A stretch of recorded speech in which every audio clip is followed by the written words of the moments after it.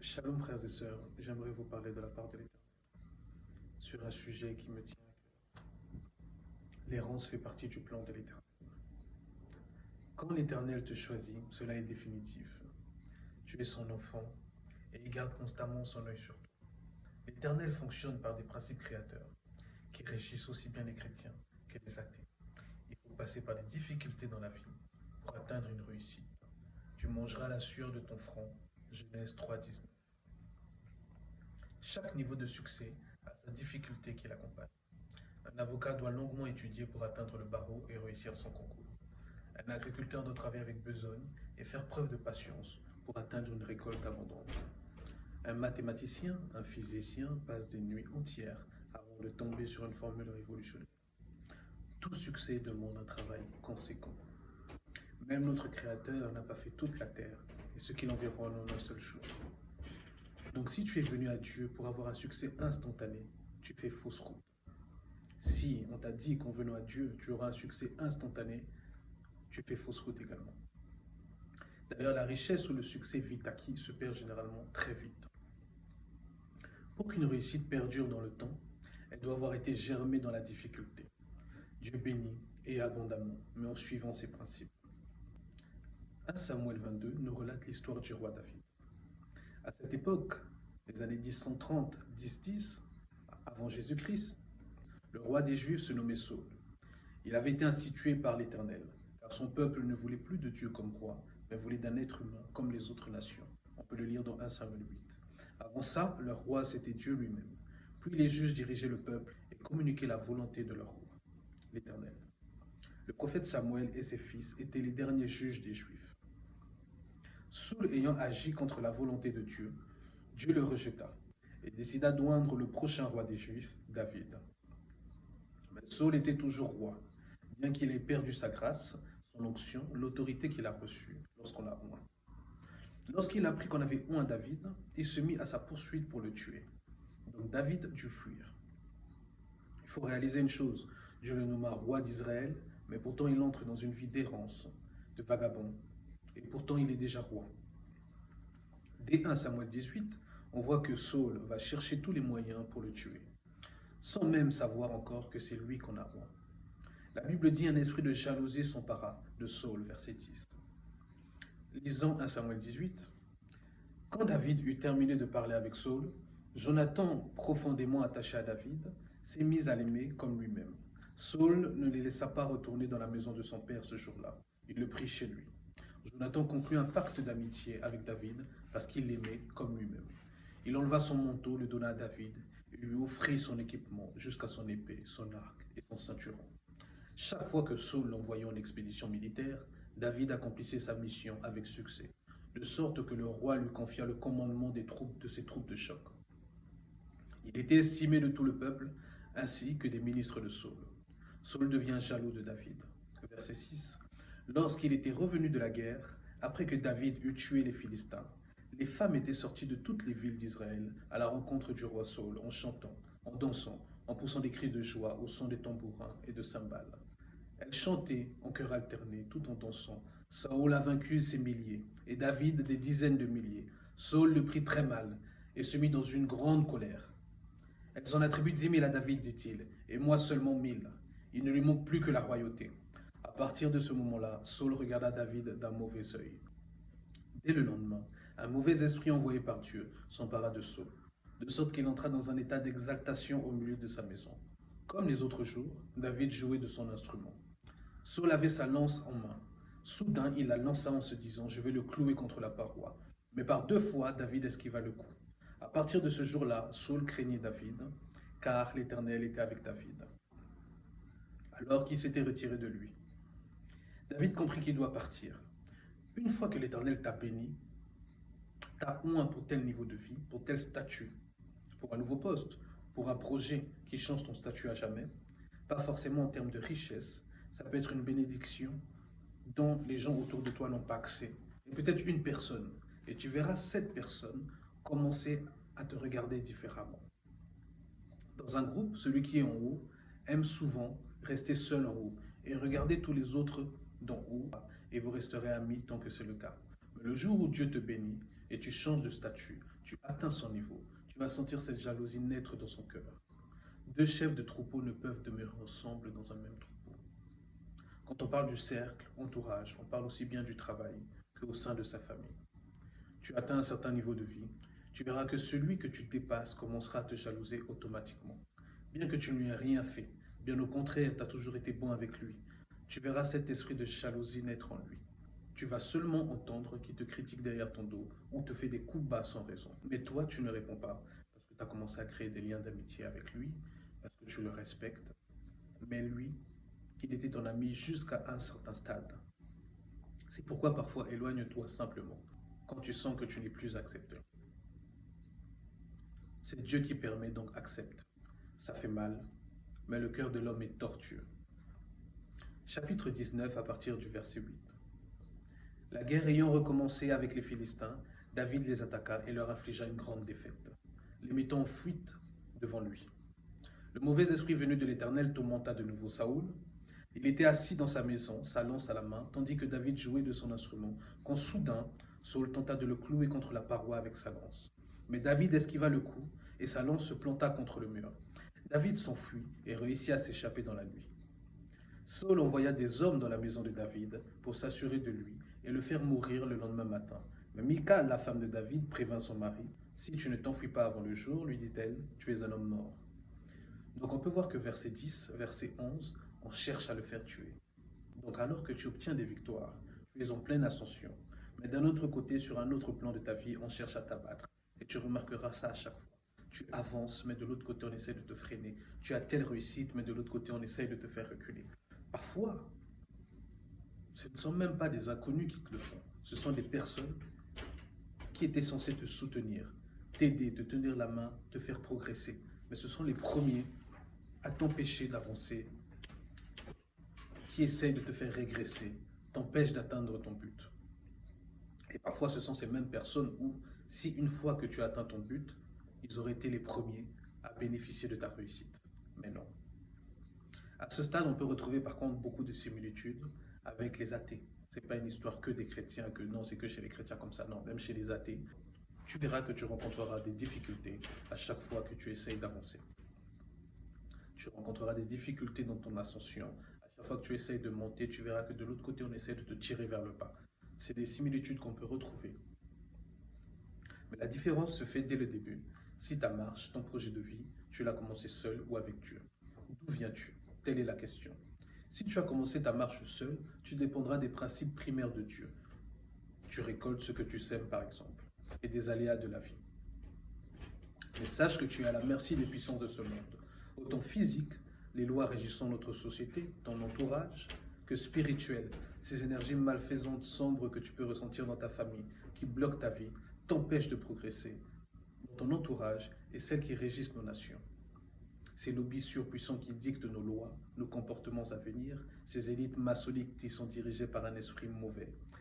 Et vous pouvez même le voir quand on regarde notre société qui continue de s'enfoncer dans la pédophilie par exemple, le sexe à outrance, les drogues à outrance, touchant toutes les catégories de population de plus en plus jeunes. Meurtres, comportements rebelles de la jeunesse et j'en passe. On ne peut nier l'existence de cet esprit. Après, si tu souhaites fermer les yeux, c'est ton problème. Mais sache que tu es à la merci de ce monde et des esprits qui le contrôlent. Là, je m'adresse à ceux qui étaient perdus et ont retrouvé le chemin, ceux qui étaient sans but et Dieu leur a donné une vision. Ils se voyaient maudits, mais Dieu les a bénis. Ceux qui ont accepté Jésus dans leur vie, ils ont accepté de dépendre totalement de lui. À toi que Dieu a béni, accroche-toi, garde ton cœur pur. Je m'adresse aussi à ceux qui sont en quête de vérité, ceux qui se rendent bien compte que quelque chose cloche dans ce monde, mais aussi dans leur entourage, dans leur famille, et qui sont conscients que la terre n'est pas l'œuvre du hasard, que les merveilles de la nature ne sont pas l'œuvre du hasard, qu'il y a un créateur derrière tout cela. Toi qui le cherches, accroche-toi, garde ton cœur pur. Dans le livre du prophète Jérémie, chapitre 29, 13, il est écrit « Vous me chercherez et vous me trouverez, si vous me cherchez de tout votre cœur. » Nous développerons une autre fois ce passage de tout votre cœur, parce qu'on ne pèse pas généralement assez ces mots. Nous continuons. Loin de l'Éternel, toujours en fuite, pourtant déjà roi d'Israël. Verset 18. Saoul poursuit David. Pendant ce temps, David, qui s'était échappé et fui, alla se réfugier chez Samuel à Rama et lui raconta tout ce que Saoul avait fait. Alors ils allèrent ensemble s'installer dans la communauté des disciples des prophètes. On leur rapporta à Saoul en disant: David se trouve à la communauté des disciples des prophètes, près de Rama. Saul envoya des hommes pour l'arrêter, mais à leur arrivée, ils trouvèrent toute la communauté des disciples des prophètes dans un état d'exaltation, et Samuel se tenait debout à leur tête. Alors l'Esprit de Dieu vint sur les envoyés de Saul, qui entrèrent eux aussi dans un tel état. On vint le rapporter à Saul, qui envoya d'autres émissaires, mais eux aussi entrèrent dans un état d'exaltation. Un troisième groupe envoyé par Saul entrait également dans un tel état. Le malheur atteint souvent le juste, mais l'Éternel l'en délivre toujours. Psaume 34, 19. Tu verras que miraculeusement, à chaque fois qu'on essaie de t'atteindre, il y aura toujours un imprévu, un hasard, programmé à un timing parfait pour que tu t'en sortes. Une porte qui s'ouvrira toujours à la dernière minute. Son œil reste sur toi. Sa gloire doit éclater dans ta vie, tôt ou tard, qu'il le veuille ou non, complot fait ou non, sacrifice fait ou non, sorcellerie faite ou non, mauvais œil ou non. Tu arrives dans des situations où tu es béni, mais tu fais quand même pitié. Une confusion totale. Où suis-je? Que se passe-t-il? Pourtant, tu sais que tu es béni. Mais quand tu ouvres le frigo, c'est mystique. Quand tu regardes ton compte bancaire, c'est mystique. Mais pourtant, tu sais que tu es béni. Tu as eu des messages clairs. Tu as eu des promesses claires. Chapitre 20, verset 1. David fait même pitié. David s'enfuit de la communauté des prophètes à Rama. Et il alla trouver Jonathan pour lui demander: Qu'ai-je donc fait à ton père? En quoi suis-je coupable à son égard? Quel tort lui ai-je fait pour qu'il veuille me faire mourir? Mais même dans ce trouble, tu verras que les personnes qui vont venir t'aider seront des personnes auxquelles tu ne t'attendais même pas, que tu n'aurais jamais cru. Verset 2, Jonathan lui répondit: Dieu te garde de cette pensée. Il n'est pas question que tu meures. Mon père n'entreprend rien sans m'en parler, qu'il s'agisse d'une affaire importante ou d'une petite chose. Pourquoi me cacherait-il ce projet-là? Certainement, il n'en est rien. Donc, son propre fils vient au secours de David pour le réconforter. C'est une dinguerie. Désolé de l'expression. Mais celui qui doit hériter du royaume aide celui qui doit ravir le royaume. Où t'as vu ça? Si ce n'est pas la main de Dieu, c'est quoi? Il est prêt à trahir son père, le roi, pour sauver David. Il ne faut pas oublier qu'on était à une époque très sauvage, où tuer quelqu'un n'était pas si grave. Donc, surtout pour les élites. Donc, pourquoi Jonathan se prendrait la tête, lui qui est l'héritier du royaume? Pourquoi est-ce qu'il serait prêt à soutenir David, à aider David, alors que David veut ravir le royaume? Mais quand Dieu a la main sur toi, les choses n'ont plus de sens logique. Tu n'es plus régi par les lois de ce monde, par la logique de ce monde, par les esprits mauvais de ce monde. Dieu parlera à travers les personnes dont tu ne t'attendais même pas pour te réconforter. Verset 15. Ne retire jamais ta fidélité à ta maison, même lorsque Yahweh aura supprimé les ennemis de David un à un de la surface du sol. C'est Jonathan qui dit ça. Ne retire jamais ta fidélité à ta maison, même lorsque Yahweh aura supprimé les ennemis de David un à un de la surface du sol. Mais qui dit ça? Sachant que c'est ton père qui est devenu l'ennemi de David. L'Éternel veut simplement rassurer David, qu'il sache qu'il détruira tous ses adversaires. Mais par ce message, sois aussi rassuré que tu arriveras là où Dieu veut que tu arrives, peu importe les adversités qui sont devant toi, parce que tu lui as confié ta vie tout entière et que tu suis sa voie et que tu gardes ton cœur pur. L'Éternel te donnera la victoire un à un sur toutes tes adversités. Alors ici, j'aimerais qu'on ouvre une parenthèse. Chapitre 21. Alors que David fuit le roi, arrivé à Nob, le prêtre Ahimelech vient à sa rencontre, lui demandant: Que fait-il ici? David répondit qu'il vient sous ordre du roi. David répondit qu'il vient sous ordre du roi, en sachant qu'il est pourchassé par le roi. A-t-il menti ou non? A-t-il péché ou non? Dieu l'a-t-il rejeté ou non? Oui, il a menti. Oui, pour sa survie, il a menti. Mais ce n'est pas un péché si grave. Péché, c'est le fait de ne pas écouter, de désobéir à la voix de Dieu, la parole de Dieu. Saoul a été rejeté car il a désobéi à la voix de Dieu. On peut le lire dans 1 Samuel 15. Dieu livre l'adversaire d'Israël, les Amalécites, aux mains de Saoul. Il lui précise de tuer le roi Agag, de mettre à mort hommes, femmes, enfants et nourrissons, gros bétail et petits bétail, chameaux et ânes. Mais Saul va décider de son propre chef de ne pas tuer le roi Agag. Le meilleur du petit, du gros bétail, les bêtes de seconde portée et les agneaux, bref, tout ce qu'il y a de bon. Il désobéit donc à Dieu, et dès lors, verset 10, Dieu le rejeta. Mon frère, ma sœur, fais tout, mais écoute quand Dieu te parle. N'endurcis pas ton cœur. Premièrement, il te parle à travers ta conscience, aussi bien pour celui qui est chrétien que pour l'athée. Il nous parle tous sommairement. Quand nous faisons quelque chose de mal, ta conscience, qu'il donne en tant qu'être humain, te parle. Sache que c'est le régulateur moral qui place en nous pour que nous suivions une bonne voie. Deuxièmement, à travers ton esprit, là, c'est un autre stade. C'est quand tu as donné ta vie à Jésus et que tu gardes un cœur pur. Le Saint-Esprit descend en toi et te parle à tout moment. Dans le livre du prophète Ézéchiel 36, 27, il dit « C'est mon esprit que je mettrai en vous.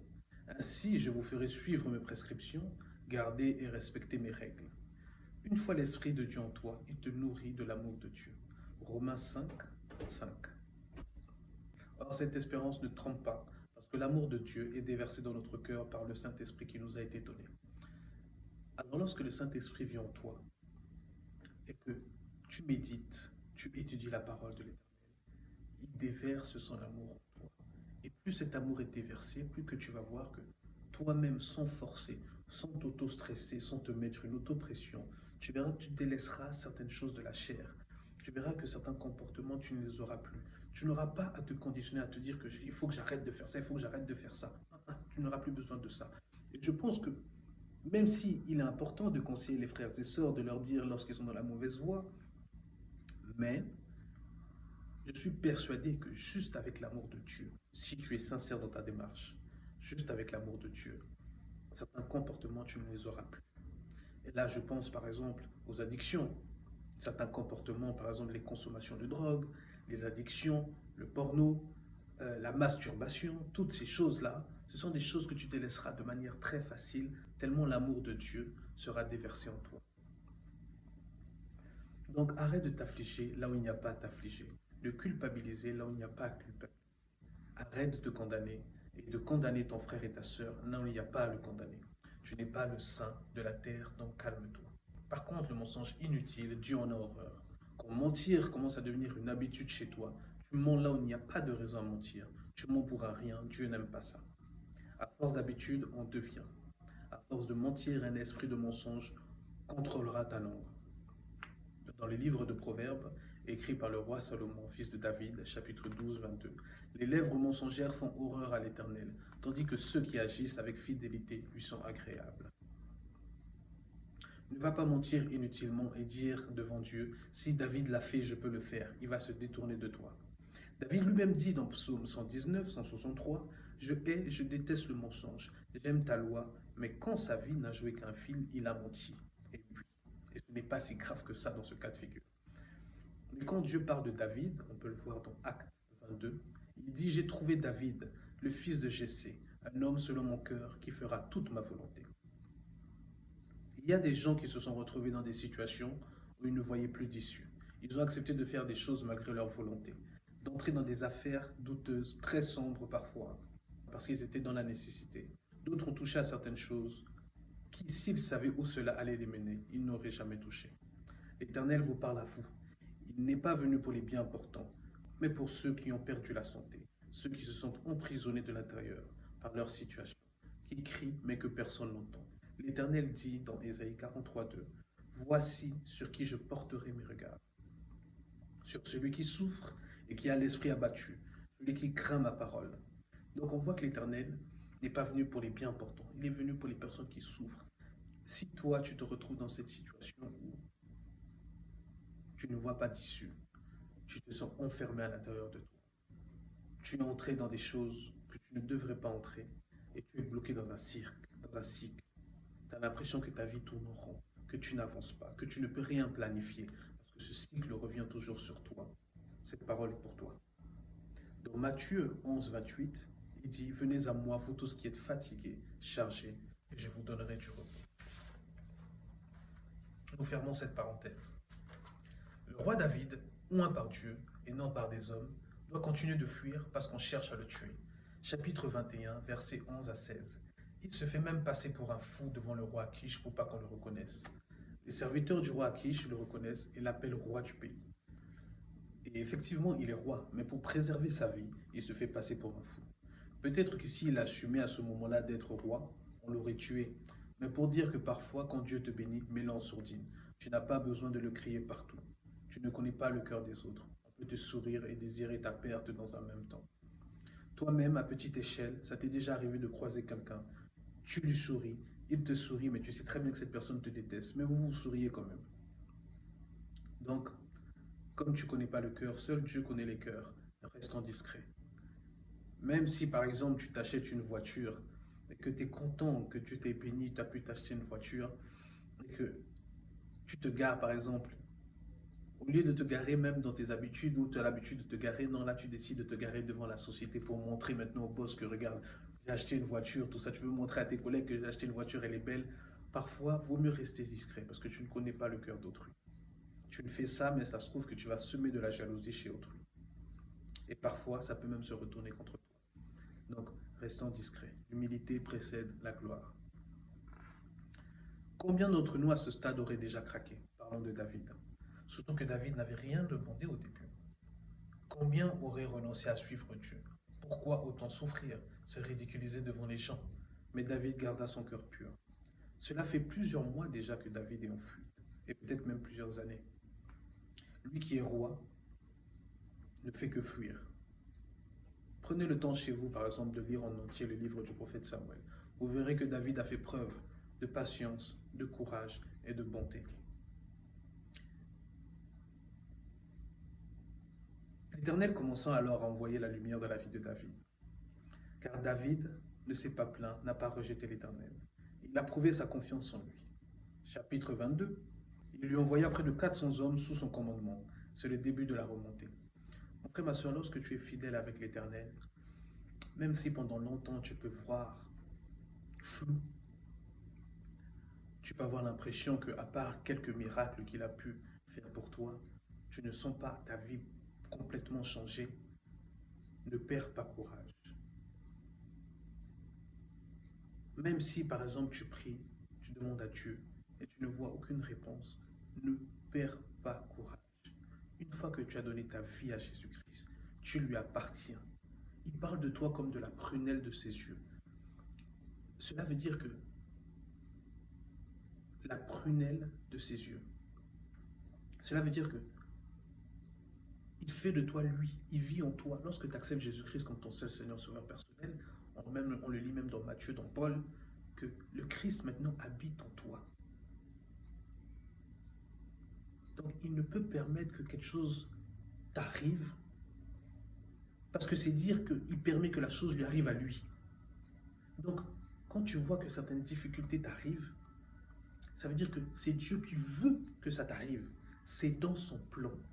Même s'il ne te répond pas dans tes prières par rapport à tel problème, par rapport à telle situation, ne t'en plains pas. Comprends qu'il le veut.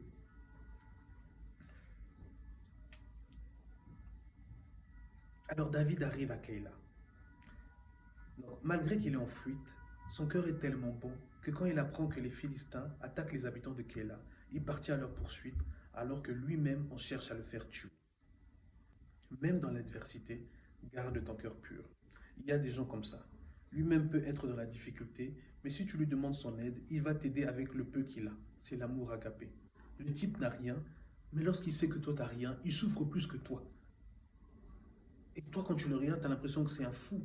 Mais Dieu l'a créé ainsi. Il a un cœur pur. Alors David demande à Dieu s'il devait partir combattre les Philistins. Et je lui tire mon chapeau. Parce que moi, à ce stade-là, je n'aurais sûrement pensé qu'à moi. J'ai un roi qui me poursuit depuis des années. Et dès que je me montre quelque part, il envoie des milices. Et moi, je veux me préoccuper d'une ville qui se trouve à la frontière d'un peuple encore plus fou que Saoul. Mais non, David se préoccupe.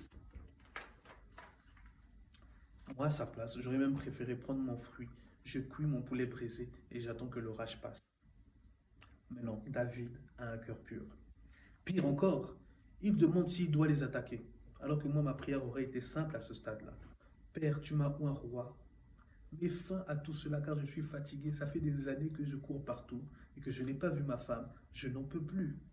Mais lui, non. Il demande s'il doit partir combattre les Philistins. Il est fou, mais c'est ce qui plaît à Dieu. Et Dieu livra les Philistins entre ses mains. Et dans la plupart des combats de David, vous remarquerez qu'il est en infériorité numérique par rapport à ses adversaires. Mais Dieu souvent les livre entre ses mains. Mais comme une évidence, Saul l'a pris et décida de l'attaquer. Et au lieu de demander à Dieu de l'arrêter, comme toi et moi nous l'aurions fait, d'autres même dans le combat spirituel auraient déjà envoyé le feu à David, envoyé le feu à David. Il l'aurait même chassé dans les lieux arides. Mais lui demande si Saul va effectivement l'attaquer et si on va le livrer. Dieu lui répondit oui. Donc il y a une certaine sagesse. Il ne demande jamais à Dieu d'intervenir pour lui, mais demande des informations à Dieu. Il comprend que si telle situation arrive, c'est que Dieu a permis. Mon frère, ma soeur, arrivé à un certain stade dans ta relation avec Dieu, tu dois comprendre que si telle ou telle chose t'arrive, alors que toi tu n'as rien à te reprocher dans ta relation avec Dieu, c'est qu'il permet. Il veut voir comment tu réagis face à cette situation, si tu es digne de lui. Et David, ayant prouvé sa confiance par ses différents actes et comportements, l'Éternel décida enfin de livrer Saoul entre ses mains. Chapitre 24, 1, 5. David épargné et confond Saul. David repartit de là pour s'installer dans les falaises escarpées d'En-Gedi. Lorsque Saul revient de sa campagne contre les Philistins, on l'informa que David se trouvait maintenant dans les déserts d'En-Gedi. Alors le roi rassembla 3000 hommes d'élite, choisis dans tout Israël, et il se mit à la recherche de David et de ses compagnons jusqu'en face du rocher des Bouquetins, en passant près des parcs à moutons en bordure de chemin. Il vit une grotte et y entra pour satisfaire un besoin naturel. Or David et ses hommes se tenaient précisément au fond de cette grotte. Les compagnons de David lui chuchotèrent: « Voilà le moment annoncé par l'Éternel, lorsqu'il t'a promis de te livrer ton ennemi pour que tu le traites comme bon te semble. » Alors David se leva et alla couper le pont du manteau de Saul sans que celui-ci s'en aperçoive. Dès qu'il l'eut fait, son cœur se mit à battre très fort parce qu'il avait coupé un pont du manteau de Saul. Il dit à ses hommes: « Que l'Éternel me garde de ne jamais faire une chose pareille et de porter la main sur mon Seigneur à qui Dieu a conféré l'onction, car c'est de la part de l'Éternel qu'il a été oint. » Par ces paroles, David arrêta ses hommes. Il ne les laissa pas se jeter sur Saul. Le roi sortit de la grotte et continua son chemin. Alors David sortit de la grotte derrière lui et appela Saul. « Mon Seigneur le roi !» Saul se retourna et David s'inclina respectueusement, le visage contre terre, et se prosterna. Puis il dit à Saul: « Pourquoi écoutes-tu ceux qui te disent que je cherche à te nuire? Aujourd'hui même, tu vois de tes yeux que l'Éternel t'avait livré en mon pouvoir dans la grotte. On me disait de te tuer, mais je t'ai épargné, et j'ai dit: je ne porterai pas la main sur mon Seigneur, car il a reçu l'onction de la part de l'Éternel. Regarde, ô mon Père, oui, regarde ce que je tiens dans ma main, un pont de ton manteau. Puisque j'ai coupé le pont de ton manteau et que je ne t'ai pas tué, reconnais donc qu'il n'y a de ma part ni malveillance ni révolte, et que je n'ai aucun tort envers toi, alors que toi, tu me traques pour m'ôter la vie. Que l'Éternel juge entre moi et toi, et qu'il te fasse payer le mal que tu m'as fait, mais moi, je ne porterai pas la main sur toi. Comme le dit le vieux proverbe, du méchant vient la méchanceté, mais je ne porterai pas la main sur toi. Contre qui le roi d'Israël est-il parti en guerre? Qui poursuis-tu? Un chien mort, une misérable puce? Oui, l'Éternel sera notre juge et prononcera son verdict entre moi et toi. Qu'il examine et qu'il défende ma cause, qu'il me fasse justice et me délivre de toi. » Donc, on voit que David ne voulait rien faire, alors que Dieu l'a livré entre ses mains. Mon frère, ma soeur, je suis désolé, mais moi, dans le cas de David, comme je vous ai dit, où tu me poursuis depuis des années, et je te vois dans la grotte, et je coupe simplement le pont de ton manteau, je suis désolé, moi à sa place, j'aurais sûrement mis un coup de tête dans sa tête. J'aurais fait quelque chose, j'aurais fait une dinguerie, je suis désolé. Mais Saul a un cœur pur et ne fait rien. D'autres même l'auraient tabassé à mort. Mais Saul décida de ne pas le toucher. Mais bien que Saul ait perdu la faveur de l'Éternel, le simple fait qu'un jour Dieu l'ait choisi suffit pour David à ne pas le toucher. Voici un cœur pur. Chapitre 25, on se rend compte que l'armée de David s'agrandit, passant de 400 hommes à 600 hommes. Chapitre 26, Dieu livra une seconde fois Saul entre les mains de David. Et Dieu observe la réaction de David. Il faut comprendre que même dans tes difficultés, quand certaines opportunités s'offrent à toi pour te faire vengeance, Dieu t'observe. Tu es constamment en évaluation. Dieu éprouve le cœur de David comme le forgeron éprouve sa plus belle épée. Les épreuves et les coups durs la rendent plus forte. Le cœur de David resta pur. L'Éternel connaît tes limites. Il s'agit et il s'agira toujours de lui et toi. Lui donnes-tu la première place? Le respectes-tu? Respectes-tu sa voix? Quand Dieu choisit quelqu'un, même si cette personne s'est détournée du droit chemin, il reste une personne choisie par Dieu et tu ne peux l'injurier, intenter du mal à son égard. À ceux qui ont la facilité de critiquer les serviteurs de Dieu, retenez votre langue, car vous ne savez pas si tel ou tel serviteur de Dieu a réellement été choisi par l'Éternel. Par le doute, abstiens-toi. Ne t'assois pas avec le moqueur. Dieu chérissait David, même si cela peut sembler contradictoire quand on voit comment David a galéré. La preuve en est dans le chapitre 25. Nabal, riche homme d'affaires, décrit comme violent et malfaisant, méprisait David et l'a publiquement humilié en renvoyant les serviteurs de David qui étaient venus à lui en paix. Dieu décida de lui ôter la vie. Preuve en est qu'on ne joue pas avec les serviteurs de l'Éternel. Tu peux lire toi-même dans le chapitre 25, tu comprendras à quel point Dieu a été très radical. Mais il lui ôta la vie également pour éviter que David verse du sang inutilement et gratuitement sans réelle raison. Dieu savait que la limite de David était atteinte. Donc Dieu connaît tes limites. Il sait quand telle chose peut réellement te faire craquer et te faire complètement détourner de lui. Il est constamment en train de t'observer.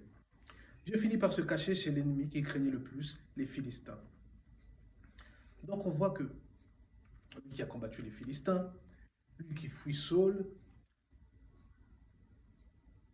à la fin, il finit par se cacher, c'est les Philistins. Donc là, il y a encore une sagesse à retenir. Donc même dans ton errance,